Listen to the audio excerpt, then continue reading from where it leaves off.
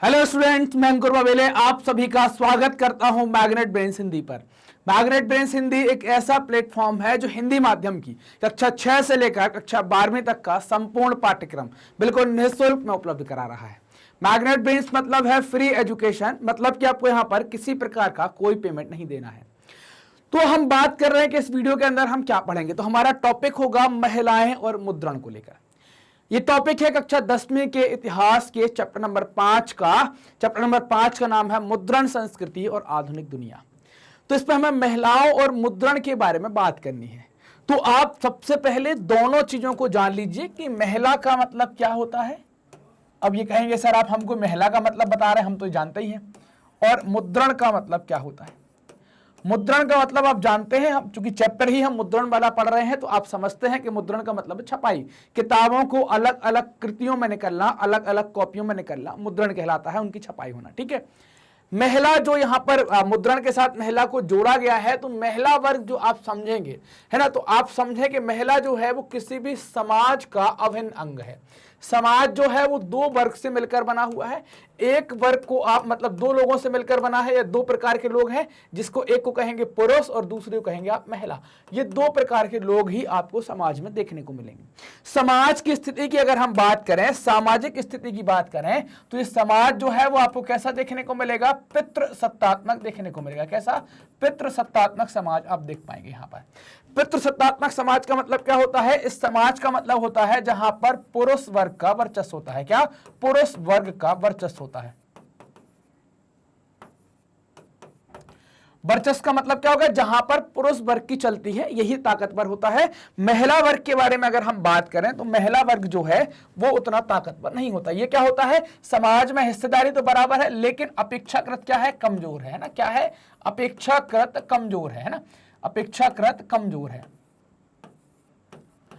अब आप कहेंगे कि सर आप हमको ये क्यों बता रहे हैं? तो आपको ये इसलिए बताया जा रहा है क्योंकि हम जैसे ही इस पर महिला और मुद्रण पर बात करेंगे तो आपको महिलाओं की स्थिति थोड़ा सा पहले से पता होनी चाहिए, तब आप जाकर ये अंदाजा लगा पाएंगे कि मुद्रण का उनको क्या फायदा। मान लीजिए कि आप सर्वज्ञानी हैं, आप ऐसा मान लीजिए कि आपको सब कुछ आता है, जो आप वीडियो देख रहे हैं आप ऐसा मान के चलें कि आपको सब कुछ आता है, आपको किसी चीज की कोई आवश्यकता नहीं, तो आपको क्या पढ़ने की जरूरत है? आपको क्या पढ़ाने की जरूरत है? आपको क्या खाने की जरूरत है? आपको क्या कोई चीज बताने? नहीं, हमको तो सब आता है, हम सर्वव्यापी हैं। तो ऐसा तो होगा नहीं। तो आपको क्यों पढ़ाया जा रहा है? क्योंकि आपको वो चीज आती नहीं है। आपको क्यों तैयार किया जा रहा है? क्योंकि आप अगली पीढ़ी तैयार करेंगे, इसके लिए आपको तैयार किया जा रहा है। मान लीजिए कि आपको पढ़ाया लिखाया नहीं जाता, तो स्थिति क्या होती? तो वैसा ही महिला वर्ग के साथ जब आप हम देखेंगे, तो हम क्यों चर्चा कर रहे हैं महिला वर्ग के बारे में? तो हमने कहा कि अपेक्षाकृत कमजोर स्थिति है। मतलब अगर आप दुनिया के किसी भी समाज को उठाते हैं, हम अगर दुनिया ना कहें भारत के किसी भी समाज की बात करें, आप चाहे राजा से लेकर रंक तक की बात करें, अगर आप उसके परिवार में जाएंगे, है ना, अगर आप उसके समाज के परिवार में जाते हैं, चाहे वो राजा हो और चाहे वो क्या हो, रंक हो, राजा से लेकर रंक तक के परिवार में अगर आप जाते हैं तो यहां पर आपको महिला देखने को मिलेगी, है ना। सब जगह आपको महिला देखने को मिलेगी। अब होगा क्या कि महिला के साथ एक स्थिति गड़बड़ हो जाएगी कि महिला चाहे राजा के यहां हो, चाहे रंग के यहां हो, चाहे मध्यम वर्गीय हो, महिला सबसे कमजोर वर्ग है दोनों जगह। आप कहेंगे आप गलत कह रहे हैं, बोले रानी तो कितनी पावरफुल है ना। तो ऐसा नहीं है कि रानी पावरफुल है, राजा की तुलना में रानी पावरफुल नहीं है, है ना। तो रानी पावरफुल लग रही है आपको क्योंकि वो अच्छे बड़े घर में रहती है ना, आलीशान घर में रह रही है, तो आपको ताकतवर लग रही है, समाज में उसकी स्थिति उच्च है। लेकिन जब आप एक घर में जाएंगे तो वो किसी की पत्नी है, मतलब राजा की पत्नी है। और कहीं आप मध्यम वर्ग में जाएंगे, किसी साहूकार के यहाँ या किसी व्यापारी के यहाँ या किसी किसान के यहाँ, तो उसकी भी पत्नी है। तो वहां पर महिला की स्थिति क्या हो गई? एक पत्नी की हो जाती है। अब महिला की स्थिति जब पत्नी की हो गई, मान लीजिए कि चाहे राजा की पत्नी ने, रानी ने खाना बनाया और नमक ज्यादा कर दिया, नमक क्या कर दिया? थोड़ा ज्यादा कर दिया, खाने में स्वाद नहीं आया। और ऐसे ही रंक मतलब जो कमजोर व्यक्ति है, गरीब आदमी है, उसकी पत्नी ने भी नमक कम कर दिया। इस स्थिति में बताइए किसकी पत्नी को शाबाशी मिलेगी? इस यहां पर क्या हुआ? राजा की पत्नी ने खाना बनाया, मतलब रानी ने खाना बनाया और उसमें नमक नहीं डाला, टेस्ट बिगाड़ दिया खाने का। और रंक मतलब कोई गरीब व्यक्ति है, उसकी पत्नी ने भी स्वाद बिगाड़ दिया खाने का। तो दोनों लोग, राजा भी अपनी पत्नी को कह सकता है कैसा खाना बनाया है, मजा नहीं आया, रंक भी कह सकता है कैसा खाना बनाया है, मजा नहीं आया। तो इस स्थिति में आप समझ रहे हैं कि सुनना किसको पड़ रहा है, रानी को। लेकिन कई बार जब पुरुष वर्ग है खाना बनाएगा या कोई दूसरा काम करेगा, पत्नी उसको उतना नहीं सुना पाती है जितना पुरुष सुना देता है। तो समझने वाली बात यह है कि महिला वर्ग जो है वो दुनिया का सबसे शोषित वर्ग आप उसको कहेंगे। अगर हम भारत की स्थिति में बात करें तो महिला जो है वो सबसे शोषित वर्ग है, चाहे वो किसी के भी परिवार में हो, किसी भी स्थिति में हो। तो वही स्थिति भारत में भी थी। तो मुद्रण से क्या होगा कि इनकी स्थिति को सुधारने में, इनको शिक्षा देने में, इनकी स्थिति सुधारने में मदद मिलेगी। तो ये बात समझ में आएगी कि महिला का मतलब हम क्यों यहां पर पढ़ने की कोशिश कर रहे हैं, क्यों समझने की कोशिश कर रहे हैं। तो आपको कुछ बातें समझ में आई होंगी यहां पर। अब बात करें, आप देखें महिलाओं की जिंदगी और उनकी भावनाएं बड़ी साफ गोई और गहनता के साथ लिखी जाने वाली। साफ गोई का मतलब होता है बहुत स्पष्ट तरीके से जो व्याख्यान किया जाता है, जो लिखा जाता है, बड़ी साफ गोई। और गहनता मतलब बहुत डीप में, बहुत अच्छे तरीके से इनको लिखा गया। अब इनके लिखने के पीछे कारण क्या है कि भाई उनके साथ क्या घटित हो रहा है वो आपको बहुत स्पष्ट तरीके से पता होना चाहिए। इसलिए मध्यम वर्ग के घरों में महिलाओं का पढ़ना पहले से ही बहुत ज्यादा हो गया है ना। तो अब जब इनको साफ तरीके से लिखा गया है कि भाई संतानें दो हैं, लड़का हो या लड़की हो दोनों बराबर हैं, जैसे आजकल बात करते हैं। लेकिन आज से पहले आप 200 साल पहले चले जाते तो पुरुष को पढ़ाना अच्छा समझते, महिला बोले तुमको तो रोटी बनानी है, रोटी बनाना सीख लो। उसको पढ़ाना लिखाना उतना अच्छा नहीं समझा, उसको डांट सकते ज्यादा, लड़के को नहीं डांटेंगे। तो ये स्थिति आपको 2 साल 3 साल पहले आपको देखने को मिलेगी। जैसे ही क्या हुआ कि जब इनके बारे में लिखना स्टार्ट हुआ, महिलाओं के बारे में लिखना स्टार्ट हुआ, तो मध्यम वर्ग के लोगों ने अपनी महिलाओं को, अपनी बच्चियों को, अपनी पत्नियों को, अपने घर की जो औरतें हैं उनको पढ़ाना लिखाना और ज्यादा कर दिया। लेकिन ये सभी लोग नहीं पढ़ा रहे थे। इसमें से केवल कौन लोग पढ़ा रहे थे? उदारवादी पिता और उदारवादी पति। उदारवादी मतलब जो आधुनिक विचारधाराओं के साथ अपने आप को परिवर्तित करने की क्षमता रखते हैं या अपने आप को जो बदलते हुए समाज के साथ बदल लेते हैं, उनको आप उदारवादी कह सकते हैं। तो उदारवादी पिता और उदारवादी पति अपने यहां औरतों को घर पर पढ़ाने लगे। मतलब उन्होंने क्या किया, घर पर उनको पढ़ाने की व्यवस्था कर दी। 19वीं सदी के मध्य में जब बड़े छोटे शहरों में स्कूल बने तो उन्हें स्कूल भी भेजा जाने लगा, उनको स्कूली शिक्षा भी दी जाने लगी। कई पत्रिकाओं में महिलाओं ने लेखिकाओं की जगह ली। अब लेखिकाओं की जगह लेंगे तो ये महिला लेखिका किसके बारे में लिखेगी? सबसे पहले व्यक्ति अपने बारे में लिखता है। अपने बारे में मतलब क्या हो गया कि भाई ये तो क्या है, ये महिला है, तो अपने बारे में लिखेगा तो महिला क्या है, तो इन्हें महिला के बारे में लिखना स्टार्ट कर दिया, महिला के बारे में जानना स्टार्ट कर दिया। तो महिलाओं की जो स्थितियां हैं वो क्या होने लगी, उजागर होने लगी, सबके बारे में आने लगी। उन्होंने जो लेखिकाएं हैं उन्होंने नारी शिक्षा के बारे में लिखा। भाई शिक्षा क्या है? शिक्षा क्या है? शिक्षा एक ऐसा शस्त्र है, शिक्षा एक ऐसी चीज है कि आप कुछ मत करो लेकिन व्यक्ति को शिक्षित कर लो। शिक्षित व्यक्ति क्या करेगा, अपने आप विकास कर लेगा। तो उनने क्या बोला कि नारी को शिक्षित करो, वो अब शिक्षित हो जाएगी तो अपने अधिकारों की मांग अपने आप करने लगेगी। तो नारी शिक्षा की जरूरत को उन्होंने बार बार रेखांकित किया। पाठ्यक्रम भी इसको लेकर छपता था। जरूरत के मुताबिक पाठ्यक्रम सामग्री भी जिसका इस्तेमाल घर बैठी स्कूली शिक्षा के लिए किया जा सकता है, ऐसा पाठ्यक्रम भी वो लोग छापते थे। लेकिन जो सारे परिवार हैं वो सब उदार दिल नहीं है। कुछ लोग तो रूढ़िवादी आ रहे हैं, नहीं पढ़ाना लड़कियों को, रोटी बनाएंगी, घर का काम करेंगे, यही तो काम करना है, शादी कर देंगे, हाथ पीले कर देंगे, फुर्सत हो जाएंगे। तो सभी परिवार क्या है, उदार दिल नहीं हुआ करते थे। अनेक परंपरावादी हिंदू मानते थे कि पढ़ी लिखी कन्याएं क्या हो जाती है, विधवा हो जाती है। विधवा का मतलब क्या है, उनके पति की मृत्यु हो जाती है। जब उनके दिमाग में ये बात बैठ गई कि भाई अगर इनको पढ़ा लिखा दिया तो इसकी जहां शादी करेंगे उसका तो पति मर जाना है, और सामने वाले को भी यही पता है कि लड़की पढ़ी लिखी है क्या, बोले हाँ, बोले यार हमारा तो बच्चा मर जाएगा, तो लोग समस्या आ जाएगी शादी वगैरह में। तो ये दिक्कत आने लगी कि भाई ये मानते थे कि पढ़ी लिखी कन्याएं क्या हो गई, विधवा हो जाती थी।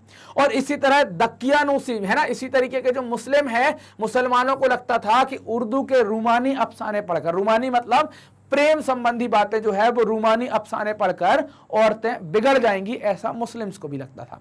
कभी कभार जो बागी औरतें हैं, मतलब जो विरोध कर सकती हैं औरतें, उन विरोध करने वाली औरतों ने इन प्रतिबंधों को अस्वीकार भी कर दिया है ना। उनने क्या कर दिया, इन प्रतिबंधों को अस्वीकार कर दिया कि भाई जो ये प्रतिबंध है हम नहीं मानेंगे, हम इनको तोड़कर आगे बढ़ जाएंगे। हम उत्तर भारत के जो मुस्लिम हैं, जिनको आप दकियानूसी मुस्लिम्स कहते हैं, इन परिवार की एक ऐसी लड़की की कहानी देखते हैं। वो लड़की आप देखें गुपचुप ढंग से ना सिर्फ पढ़ना सीखा बल्कि उसने लिखा भी। उसके खानदान वाले चाहते थे कि वो सिर्फ क्या पढ़े, अरबी कुरान पढ़े, मतलब कुरान पढ़ना सीख ले, लेकिन कुरान उसके पल्ले नहीं पड़ रही थी। तो इस लिहाजा उसने वह जबान पढ़ने की जिद की जो उसकी अपनी थी। तो उसने अपना पढ़ना उर्दू के अंदर पढ़ना स्टार्ट किया, उसने हिंदी के अंदर पढ़ना स्टार्ट किया, गुपचुप तरीके से पढ़ा भी और लिखना भी सीखा। अगर आप पूर्वी बंगाल की बात करें तो पूर्वी बंगाल में हम 19वीं सदी के प्रारंभ में कट्टर रूढ़िवादी परिवार में ब्याही कन्या का नाम है रस सुंदरी देवी, है ना। तो हम किसकी जिक्र कर रहे हैं यहाँ पर, रस सुंदरी देवी, जो कि कहां से संबंधित है, पूर्वी बंगाल से। इस रस सुंदरी देवी ने रसोई में छिप छिप कर पढ़ना सीखा। मतलब आप देख पा रहे हैं कि इनके लिए पढ़ना कितना पाप है। इसके ऊपर कई सारे सीरियल्स बने हैं, कई सारी पिक्चरें आई हैं, आप देख सकते हैं इनको, तो आप समझ सकते हैं कि इनको पढ़ना कितना, मतलब छिप छिप कर रसोई में पढ़ना पड़ रहा है। बाद में चलकर उन्होंने क्या किया, आमार जीवन, बंगाल के हैं ये लोग, इस कारण से आमार जीवन मतलब हमारा जीवन नाम की आत्मकथा लिखी। किसके द्वारा लिखी गई है, रस सुंदरी के द्वारा लिखी गई किताब है, जिसको आप आमार जीवन कहते हैं। आत्मकथा लिखी, जो कब प्रकाशित हुई, 1876 में प्रकाशित होती है। यह बंगाली भाषा में प्रकाशित होने वाली पहली संपूर्ण आत्मकहानी, जिसको क्या कहते हैं, जीवनी कहते हैं। क्या कहते हैं, जीवनी कहते हैं। उस जीवनी का नाम क्या है, आमार जिंदगी। क्या है, आमार जिंदगी। आपने देखा होगा, या आमार जीवन, है ना, क्या है, आमार जीवन। आपने देखा होगा कि आपने बंगाल का राष्ट्रगान पढ़ा है, आमार सोनार बंगाल। आमार मतलब हमारे वाली बात हो जाती है। तो जो हम बात कर रहे थे यहाँ पर, जो रस सुंदरी देवी की, तो इन्हें रसोई में छिप छिप कर पढ़ना सीखा, फिर लिखा भी और अपनी किताब भी लिख दी, और बंगाली भाषा में प्रकाशित होने वाली ये संपूर्ण तरीके से लिखने वाली पहली जीवनी हुआ करती थी। क्योंकि सामाजिक सुधारों और उपन्यासों ने पहले ही नारी जीवन और भावनाओं में दिलचस्पी पैदा कर दी थी, इसलिए महिलाओं द्वारा लिखी जा रही आप बीती के प्रति कुतूहल तो था ही। कुतूहल मतलब हलचल तो था ही ना। समाज सुधारक जो लोग थे, मतलब समाज सुधारक के मामले में हम क्या बात करें, जो पुरुष वर्ग के लोग थे, उनने उपन्यासों के अंदर नारी जीवन और उनकी भावनाओं में दिलचस्पी पैदा कर दी, उनके बारे में लिखा कि इनके साथ क्या होता है। इसलिए महिलाओं द्वारा लिखी जा रही किताबें, है ना, या उनके ऊपर जो आप बीती है उसके ऊपर लिख रहे हैं, इसके बारे में पहले से थोड़ी बहुत जानकारी थी, कानों में पड़ा हुआ था, हलचल थी। हम एक बात करेंगे कैलाश बासनी, है ना, एक बात करेंगे कैलाश बासनी देवी, इन महिला के बारे में। उन्होंने 1860 के दशक में महिलाओं के अनुभवों के ऊपर लिखना शुरू किया। कैसे घरों में बंदी और अनपढ़, है ना, कैसे घरों में बंदी और अनपढ़ बनाकर रखा जाता है इनको, कैसे वे घर भर का काम का बोझ उठाती हैं और जिनकी सेवा वे करती हैं वे उन्हें दुत्कारते। चलिए मैं समाज के बारे में आपको बताता हूं, एक घर के बारे में बताता हूं। उस घर में मैं आपकी मां की स्थिति ले लेता हूं, आपके सबके घर में मां होगी, इनकी स्थिति ले लेता हूं। ये क्या है, इनको अगर आप पुराने जमाने में अगर आप बात करेंगे तो इनको बंदी तरीके से आप माने कि इनको कहीं आने जाने की आजादी नहीं है, अनपढ़ तो है ही, पढ़ी लिखी नहीं है, तो इनको कहीं आने जाने की आजादी नहीं है। आप दिन भर ये क्या रही, घर में पर्दा प्रथा इतनी लगा दी गई है कि आप बाहर दूसरे मर्द के सामने समाज में नहीं आ सकते। तो ये एक तरीके से क्या हो गई, बंदी। अनपढ़ है, पढ़ी लिखी नहीं है, तो इनको अनपढ़ बनाकर ही रखा, पढ़ाने की कोशिश नहीं करी। अब फिर आप देखें, अपनी मम्मी को देखते हो, घर भर का काम करना पड़ता है, पूरे घर भर का काम करना पड़ता है। तो इनके ऊपर घर भर के काम का बोझ है, भाई खाना भी बनाना है, बच्चे को स्कूल भी भेजना है ना, कपड़े भी धोना है, जानवरों का भी करना, इतना बोझ इनके ऊपर है। ऊपर से कोई ने डांट दिया तो वो भी सुनना है, बस एक कान से सुन के दूसरे कान से निकाल देना। तो घर भर के काम का बोझ भी इनके ऊपर हुआ करता था। जिनकी ये सेवा कर रही हैं, मतलब अपने घर में सास ससुर की, या आप जिनकी भी आप अपने पति की, कई बार वही लोग इनको दुत्कार दिया करते थे, मतलब इनको डांट दिया करते थे कोई बात को लेकर, तो वो डांट भी इनको सुनना है, ये कुछ नहीं कहा करती थी। तो ऐसी स्थिति का बखान किसने दिया, कैलाश वासिनी देवी के द्वारा ऐसी महिलाओं के बारे में लिखा। आज महाराष्ट्र में आप बात करें ताराबाई शिंदे और पंडिता रमाबाई के बारे में, ये घटना हम देख रहे हैं 1880 के दशक की। ताराबाई शिंदे और पंडिता रमाबाई ने उच्च जाति की नारियों की दयनीय हालत के बारे में जोश और रोष से लिखा। मतलब आप ये नहीं कह सकते कि जो महिला है ना, आप महिला के बारे में ये बिल्कुल नहीं कह सकते कि इसका जाति या वर्ग क्या है। किसी भी वर्ग की महिला है, किसी भी जाति की महिला है, उसके ऊपर अत्याचार हो रहा है, उसका शोषण हो ही रहा था। जाएगा। मतलब हर वर्ग के अंदर महिलाओं को पढ़ाया नहीं जाएगा, हर वर्ग के अंदर उनको घर का काम करना पड़ेगा, हर वर्ग के अंदर उनको बांध दिया जाएगा, हर वर्ग के अंदर उनको मतलब कोई गलती हो गई तो उनको डांटा जाएगा, चाहे वो किसी भी वर्ग की हो। और अपर कास्ट में तो और ज्यादा समस्या थी। तो इस कारण से आप देखें ताराबाई शिंदे और पंडिता रमाबाई ने उच्च जाति की नारियों के हालात के बारे में भी लिखा कि इनकी स्थिति भी सही नहीं है। सामाजिक बंधनों में बंधी औरतों के लिए पढ़ने के क्या मायने थे, क्या पढ़ सकती थी औरतें, मतलब उनके लिए जो सामाजिक बंधन में बंधी औरतें हैं उनके लिए पढ़ने के क्या मायने हैं, हम देखते हैं उनके बारे में। इस पर एक तमिल उपन्यास में एक औरत ने लिखा, बहुतेरे कारणों से मेरी दुनिया छोटी है।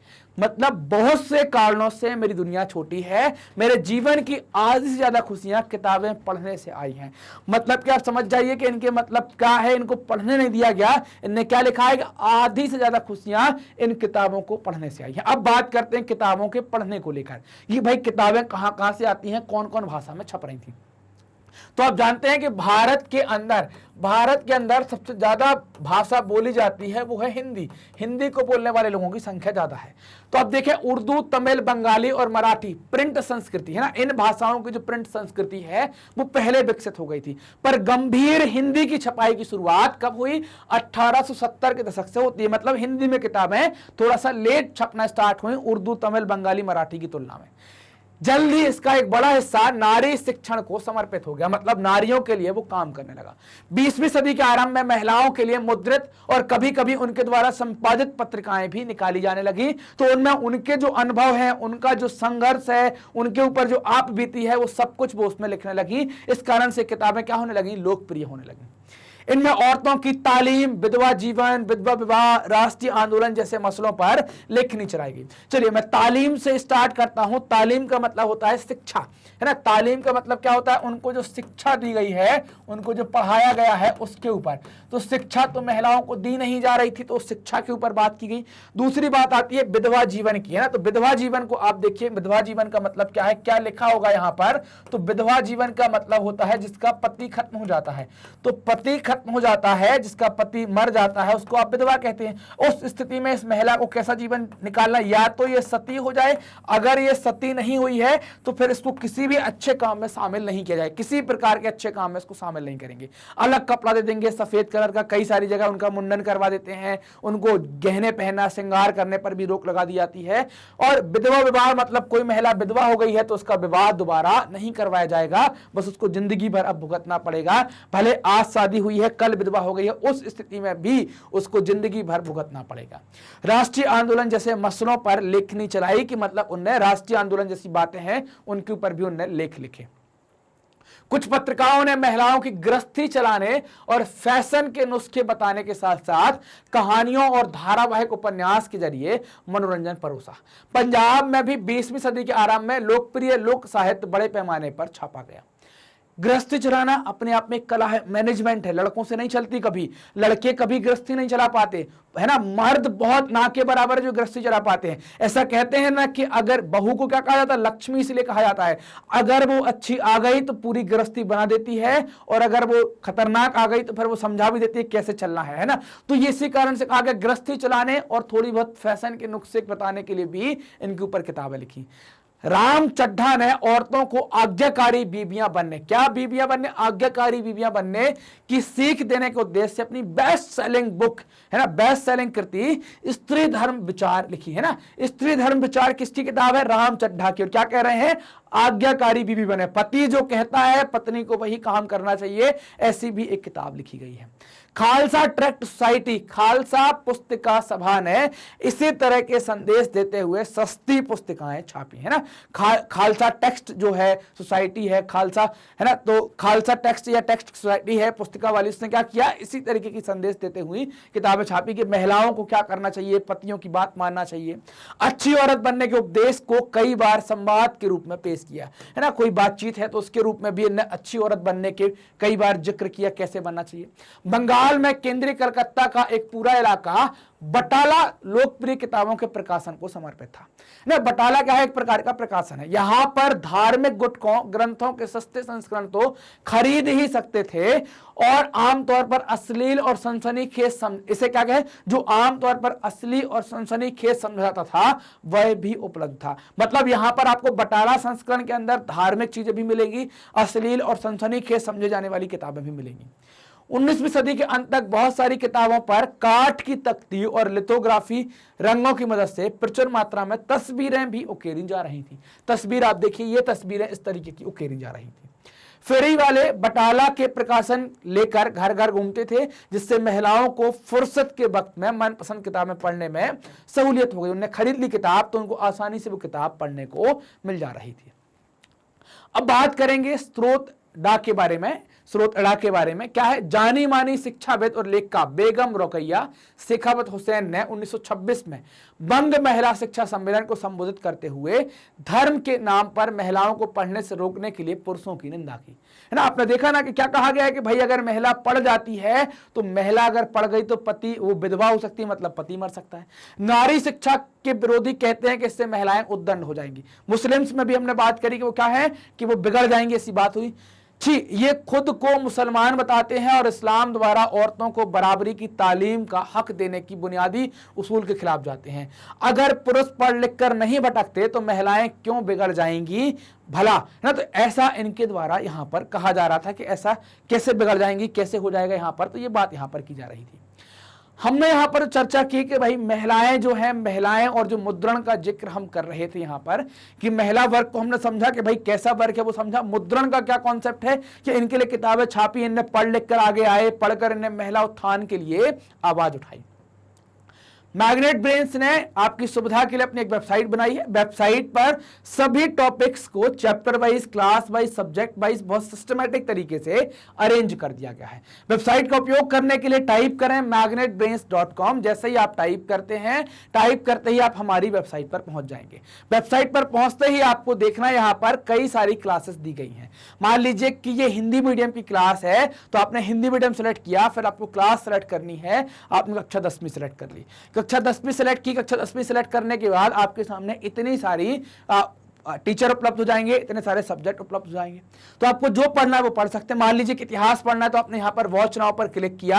वॉच नाउ पर क्लिक करते ही क्या होगा कि हिस्ट्री का सिलेबस पूरा खुल जाएगा, चैप्टर वाइज सिलेबस आ जाएगा। तो आपको क्या करना है, यहां पर भाई यहां पर आपको जो टॉपिक देखना है उसके आगे ऐसा वॉच नाउ लिखा है, क्लिक करेंगे, क्लिक करते ही वीडियो चल जाएगी कुछ इस तरीके से। पूरा वीडियो देखने के बाद अगले वीडियो पर जाने के लिए ऐसा नेक्स्ट वीडियो का बटन बनाया है, ये सब जगह मिलेगा आपको। जैसे ही नेक्स्ट वीडियो करेंगे तो अगला वीडियो आपको तुरंत मिल जाएगा, आप आसानी से वीडियो यहां पर देख पाएंगे। मैग्नेट ब्रेन्स हिंदी माध्यम के विद्यार्थियों के लिए कक्षा 6 से लेकर कक्षा 12वीं तक का संपूर्ण पाठ्यक्रम बिल्कुल निःशुल्क में उपलब्ध करा रहा है। ये वीडियो प्राप्त करने के लिए आपको करना क्या है, आप मैग्नेट ब्रेन्स हिंदी को सब्सक्राइब करें, जो भी वीडियो आता है उसको लाइक करें, अपने दोस्तों के साथ शेयर करें और कमेंट कर हमें भी बताएं कि आपको वीडियोस कैसे लग रहे हैं। धन्यवाद।